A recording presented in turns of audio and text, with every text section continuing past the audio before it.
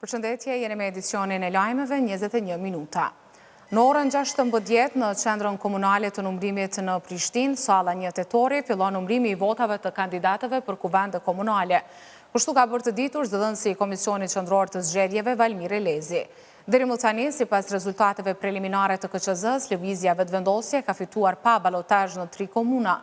Partia Demokratike e Kosovës në 3 komuna, Lidhja Demokratike e Kosovës në 2 komuna, Aleanca për Ardhmërinë e Kosovës në 1 komunë.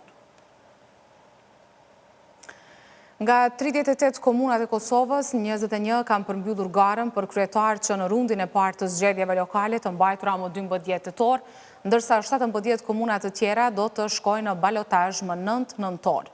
Sipas rezultateve preliminare të Komisionit Qendror të Zgjedhjeve, disa fitore janë shënuar në komuna të mëdha si në Ferizaj, Agim Aliu nga PDK me mbi 56% të votave, në Lipjan Imri Ahmeti nga LDK me mbi 51%, në Podujev Shpejtim Bulliqi nga Lëvizja Vetëvendosje mbi 53%, Samil Ushtaku nga PDK në Skënderaj me mbi 83%, në Kamenic Kadri Rahima i Lëvizjes Vetëvendosje me mbi 50%, Ilir Ferati LDK-s ka fituar në Istog me 58%, në Shtime Qemail Aliu i Lëvizjes Vetëvendosje me mbi 50%, Ekrem Kastrati i Nismë Social-Demokrate ka fituar Malishevën me mbi 53%, në Deçan Bashkim Ramosa i AK-s ka fituar me mbi 51%, në Drenas Ramiz Ladrovci nga iniciativa për Drenasin kampion me Ramiz Ladrovci ka fituar mbi 52%, Mehmet Ballazhi i PDK-s ka fituar në Hante Elezit me mbi 50%, në Mamush ka fituar kandidati i KDTP-s, i cili ka siguruar fitore me mbi 50% të votave. Ndërkaq në 4 komunat me shumicë serbe, Mitrovica e Veriut, Zveçan, Leposavish dhe Zupin Potok, fitues janë kandidatët e listës serbe. Kryetari i Lëvizjes Vetëvendosje Albin Kurti ka ftuar organet e hetuesisë që të hetojnë exit pollet e publikuara në garën për kryetar të Mitrovicës së Jugut. Ndërsa teksa komentoi rezultatet preliminare të zgjedhjeve lokale të 12 tetorit, tha se ato treguan që vetëvendosja është forca kryesore politike edhe në nivelin lokal. Kurti në një konferencë për media sot tha se lëvizja vetëvendosje ka fituar në 3 komuna pa balotazh dhe me votat e diasporës gjasat janë që edhe në Gjilan të jetë fituese pa balotazh. Në zgjedhjet e mbajtura dje, sipas rezultateve preliminare, vetëvendosja ka fituar pa balotazh në Podujev, Kamenic dhe Shtime. Me votat nga diaspora mund të dalë që e kemi fituar edhe Gjilanin pa balotazh, që i bie në 4 komunat ku kemi qeverisur në këto 4 vitet e fundit, po vazhdojmë pa balotazh. Ndërkaq jemi në balotazh në 12 nga 17 komuna sa kanë shkuar gjithsej në balotazh nëse e përfshim edhe Gjilanin aty. Rezultatet tregojnë qartë se lëvizja jonë jo vetëm që e ka ruajtur rritjen nga cikli në ciklin tjetër zgjedhor, por është ngritur si forca kryesore politike në Republikën e Kosovës edhe në nivelin lokal. Kjo është dhurata më e çmueshme, urimi më i mirë që e kemi marrë nga populli i Kosovës në këtë 20 vjetor të lëvizjes vetëvendosje si vjet. Ajo që ndodhi me 12 tetor rreth raportimeve për Mitrovicën duhet hetuar e hulumtuar. Nuk bëhet fjalë vetëm për një huqje, por për një inxhiniering të paramenduar për ndërhyrje flagrante në procesin zgjedhor. Exit pollet e prezantuara gabimisht me 16 pikë të përqindjes, dallim e më tepër se aq nga më shumë se një organizat dhe për të njëjtën komunë dhe postimi i lajmeve të rreme se kush ishte fituesi ende pa u mbyllur vendvotimet, nuk janë thjesht një huqje. Kjo është cenim i demokracisë, i zgjedhjeve të lira dhe integritetit e i sigurisë të shtetit tonë. I ftoj organet e drejtësisë dhe të sigurisë që të merren me këtë çështje. Pjesa e parë e garës përfundoi mbrëm. Nga sot ne I përvishemi punës për balotazhin. synimi ynë është i qartë që kandidatët tonë të fitojnë edhe në këto komuna dhe të kthehet ose të vazhdoj qeverisja e mirë të cilën qytetarët e meritojnë dhe që komunat tona të ecin përpara me zhvillim e mirëqenje, drejtësi dhe barazi. Neve na nevojitet që sot dhe nesër ta bëjmë një analizë gjithëpërfshirëse e të hollësishme edhe të rezultatit zgjedhor, por edhe të raportit të rezultatit zgjedhor me fushatën që bëm. Vetëm pas kësaj analize, do t'i bëjmë planet dhe përgatitit e duhura për rrugën përpara, gjithnjë në bashkëpunim aq të ngushtë, saqë në udhëheqje me kandidatët që i kemi në balotazh. Juristja e medias Flutura Kusari ka ftuar organet e ndjekjes që të qëndrojnë sa më larg ides së hetimit të raportimeve dhe kompanive që bëjnë exit polls, pasi kryeministri në detyrë Kurti e ka ftuar prokurorin që të nisë hetimet lidhur me këto exit polle. Kusari ka teksuar se mendësia e kryeministrit në detyrë Kurti dhe lëvizjes vetëvendosje që ta përdorin ndjekjen penale për çdo që ka mendim tjetër është e frikshme. Sot kryeministri bëri thirrje organeve të rendit në Kosovë që të fillojnë hetime në lidhje me exit pollet dhe indirekt edhe me raportimet që janë bërë në media. Një gjë e tillë vazhduar në emër të ndikimit të procesit zgjedhor. Kjo është e pasaktë për shkak se exit pollet janë publikuar pas mbylljes së procesit zgjedhor. Por problemi kryesor në thirrjen e kryeministrit Kurti është që ai dhe partia të cilën e drejtojnë e shohin ligjin penal dhe sanksionet penale si alternativë kur dikush thot diçka që atyre nuk i pëlqen. Në fakt, ajo çfarë sot ka bërë Kurti është ndërhyrje në të drejtën e medias dhe në lirinë e shprehjes, dhe unë me të vërtetë shpresoj që organet e ndjekjes, qoftë policia, qoftë prokuria, por edhe KPM-ja, nëse i shkon në mendje, të mos ndërmarrin asnjë veprim në lidhje me kërkesën e Kurtit. Do anën tjetër duhet të përmendet fakti që sigurisht që mediat kanë të drejtë që të organizojnë exit polle, ato kanë të drejtë që të transmetojnë informacione pas të mbylljes procesit zgjedhor dhe në rastet kur gabojnë, ashtu siç ndodhi në brëm, kjo pagut me kredibilitetin e tyre. Por asësi nuk i takon kryeministrit Kurti që të përzihet në çështjen e menaxhimit të mediave apo në vendimet e gazetarëve që të marrin kompani të ndryshme për të bërë exit poll. Kryeministri në detyrë Albin Kurti deklaroi se qysh këtë javë do të nisë bisedimet me partitë tjera për formimin e qeverisë Kurti 3. Ai tha se nëse nuk ka qeveri Kurti 3, janë të gatshëm për zgjedhjet e jashtëzakonshme parlamentare. Kurti në një konferencë për media tha se në momentin kur bisedimet për formimin e qeverisë së re do të rezultojnë të suksesshme, do të athëra seancën për votimin e qeverisë. Dita e fundit, kur do të mund të mbahet seanca e kuvendit, ku unë prezantoj kabinetin e ri qeveritar, është 26 tetori.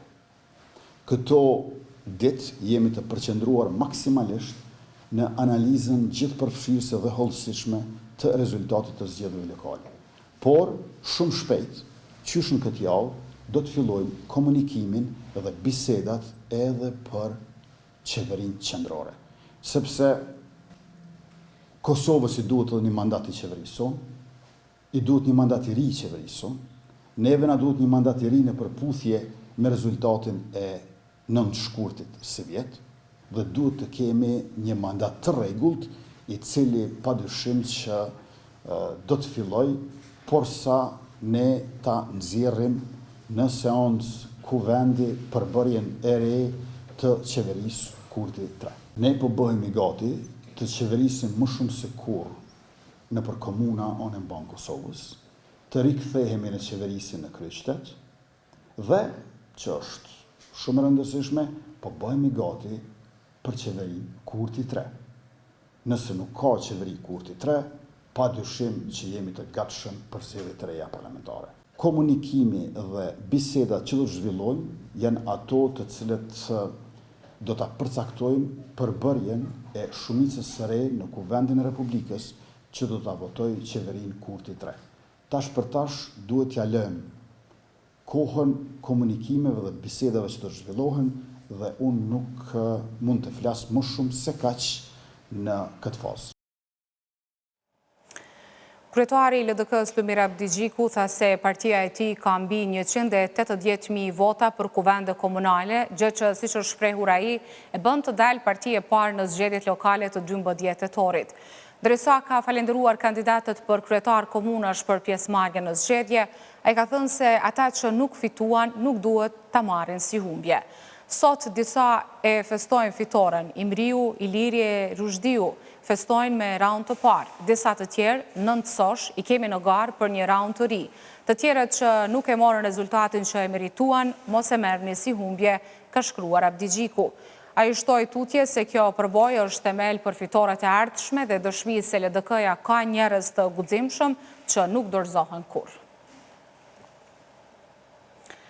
Urani Ismaili ka falenderuar qytetarët e Prishtinës nëpërmjet një video të postuar në rrjetet sociale. Ismaili, që ishte kandidati i PDK-s për kryetar të Prishtinës, doli i treti pas përparim Ramës së LDK-s e Hajrullah Çeku të vetëvendosjes.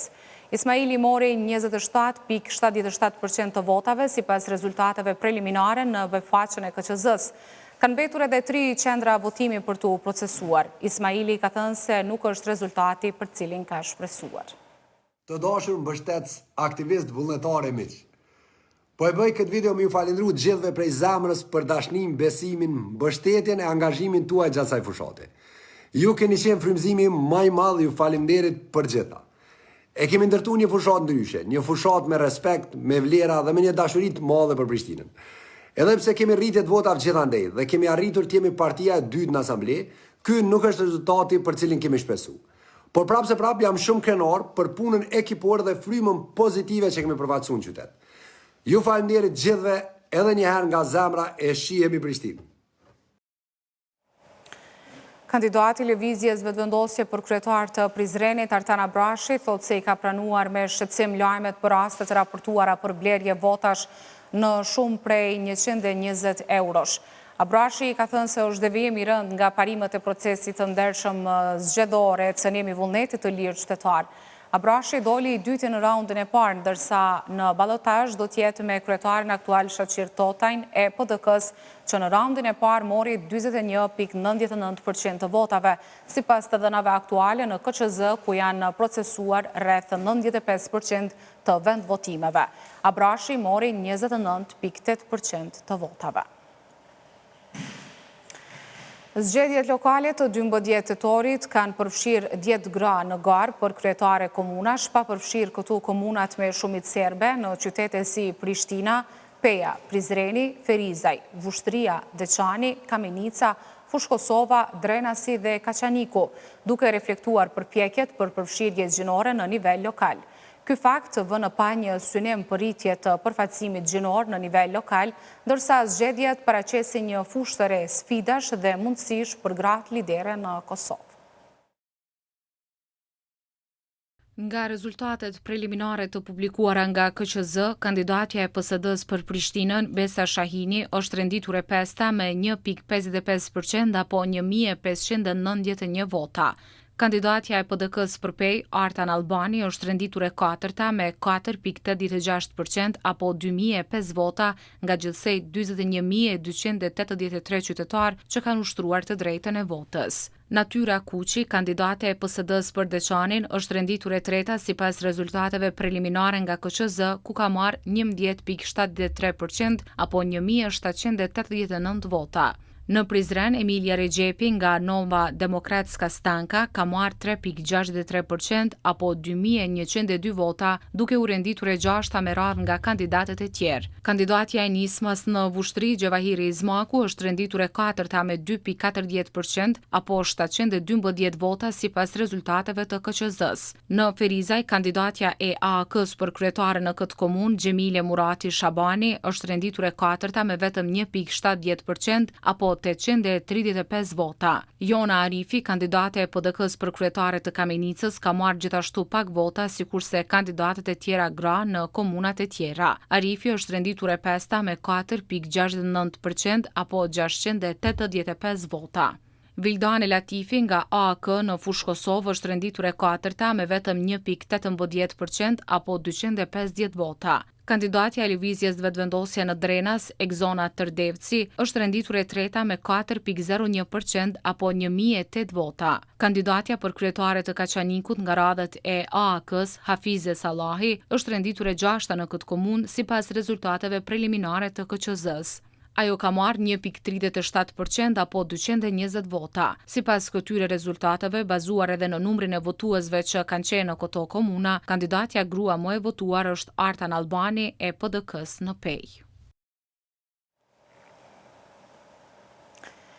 Hulumtuesi i Institutit Demokratik të Kosovës, Vullnet Bugaçku, duke komentuar procesin zgjedhor të 12 tetorit, ta se qytetarët në Kosovë, por edhe subjektet politike, dhanë një shembull për shtetet e rajonit se si duhet zhvillohet proceset e votimeve. Bugaçku ka theksuar se procesi zgjedhor, përveç disa problemeve teknike, ka kaluar pa ndonjë incident, ndërsa ka komentuar edhe fushatën një mujore të subjekteve politike. Bisedën me Bugaçku në zhvilloi kolegu Shkëlzen Lakna. Zotri Bugaçku, si e vlerësuat këtë proces zgjedhor dhe a ishte e kënaqur me dalja e qytetarëve?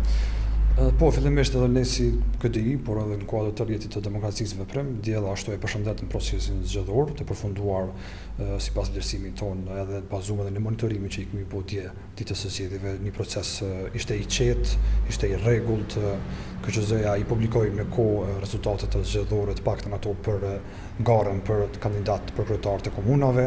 Gjatë ditës ka pasur disa parregullsi që nuk është se e kanë cenu dhe kanë lëndu integritetin e procesit zgjedhor, si zakonisht sikurse edhe në zgjedhjet e kaluara, edhe në këto zgjedhje u manifestu një numër i madh i votimit me asistencë, kjo edhe për shkak të moshuarve, edhe për shkak të që ligjërisht nuk është se ligji në mënyrë të plotë kështu e ndalon votimin me asistencë, po ashtu ka pasur edhe disa parregullsi sa i përket mungesës së disa tavolina ndihmëse ku qytetarët shpesh janë kthyer nga vetvotimet për shkak se nuk kanë qenë të informuar me kohë për ndërimin e vetvotimeve të tyre. Por në vija të trashë, ashtu mund të themi që edhe Kosova, por edhe qytetarët e saj, edhe dje e dhanë shembull se si duhet të organizohet dhe duhet të ketë një marrëvajtje të rregullt të procesit zgjedhor. A ju ishte i kënaqur në numri votuesve? Mbi të gjitha, ajo që duhet me përshëndet në këto zgjedhje lokale është, unë besoj që ka pasur një aktivizëm qytetar të kënaqshëm në daljen e tyre në zgjedhje, me sa kam disa informacione në shumicën e komunave pothuajse kanë dalur diku rreth 50% e qytetarëve dhe kanë shprehur të drejtën e tyre kushtetuese për të votuar për kryetarin dhe për asambleset e tyre. Prandaj rrjedhimisht edhe bazuar në parametrat e vlerësimit demokratik, dje në Kosovë u mbajt një proces zgjedhor i drejtë me aktivizëm të plotë qytetar. Si e vlerësojnë fushatën që është zhvilluar deri në zgjedhje? Për dallim prej fushatës zgjedhjeve të përgjithshme që i patëm me datën në shkurt, unë konsideroj që kjo fushatë e zgjedhjeve lokale ishte tejet e qetë, tejet e matur, nuk është se ka pasur shumë të themi ashtu gjuhë të ashpër dhe gjuhë fyse dhe ndicse qoftë mes kandidatëve për kryetar komunësh, qoftë edhe mes kandidatëve për kuvendet komunale, përgjithësi bazuar edhe në vlerësimet e ankesave që janë të parashtruar dhe me llojin e vendimarrjes që është paraqitur nga ana e BZAP-it, dukshëm është numri më i vogël i sanksioneve karshi zgjedhjeve të përgjithshme parlamentare dhe dukshëm është numri më i vogël edhe i ankesave të partive politike mes vetes, sidomos për gjuhën ndicse dhe gjuhën e urrëties, dikon sipas vlerësimit tim, në bazë të raportit që ne jemi duke e përgatitur sa i përket numrit të ankesave dhe vendimeve të BZAP-it, vetëm për rastet e gjuhës ndicse dhe urrëties deri me tani janë shqiptuar diku rreth 17.000 euro gjuhë dhe ato për një kandidat pavarur të Skanderajit, kurse partitë politike mes vete nuk është që kanë pasur përplasje, po flas për partitë e mëdha politike, megjithatë raporti ende nuk është final dhe pres që edhe BZAP-i brenda këtyre 2-3 ditëve e publikon në tërësi të gjithë raportin e fushatës zgjedhore dhe të ditës së zgjedhjeve.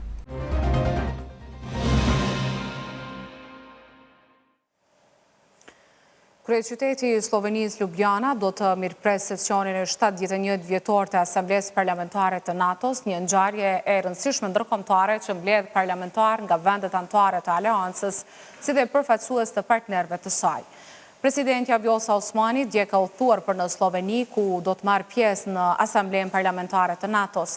Gjatë vizitës një ditore në Sloveni, presidenti Osmani do të zhvillojë një takim bilateral me presidentën e Republikës së Slovenisë, Nataša Pirc Musar, njoftoi presidenca. Në kuadër të muajit të ndërgjetësimit për kancerin e gjirit, institucionet shëndetësore dhe profesionistë të fushës kanë theksuar rëndësinë e identifikimit të hershëm të kësaj sëmundjeje, duke bërë thirrje për kontrolle të rregullta dhe edukim shëndetësor në popullat. Kemi regjistru numër të njëjtë për 9 muajt e vitit 2025, numër të njëjtë të pacientëve me vitin 2024, pra 320-330, dhënat jemi duke i filtru për punu, dhe shumë shpejt do t'i kemi edhe të muajt fundit, të sakta, por shifët që numri është i njëjtë, do të si vitin 2024, si vitin 2025, rreth 320-330 pacient. Pra kemi një plato, sa i përket incidencës e rasteve të reja të smurave me kancer gjirit, ajo që theksohet se edhe këtë vit kemi identifikuar dhe trajtu meshkuj, dhe numri i tyre është dikun 3 meshkuj, 3 burra, të cilët kanë marrë trajtim onkologjik në klinikën tonë.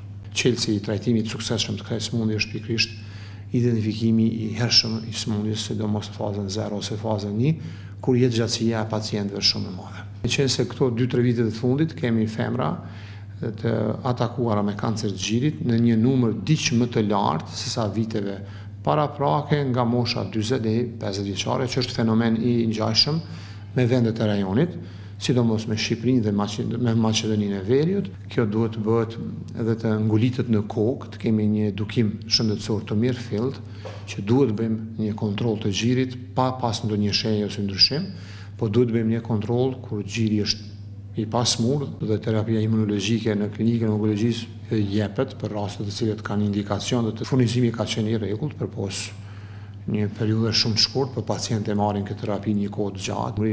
I pacientëve është në ngritjet ose trajtimet me këto terapi do të marrin kosto të lartë dhe numri pacientëve të cilët kanë nevojë për këto terapi, për këto 2 indikacione, do të furnizohen dhe trajtohen në mënyrë të rregullt me këto bana.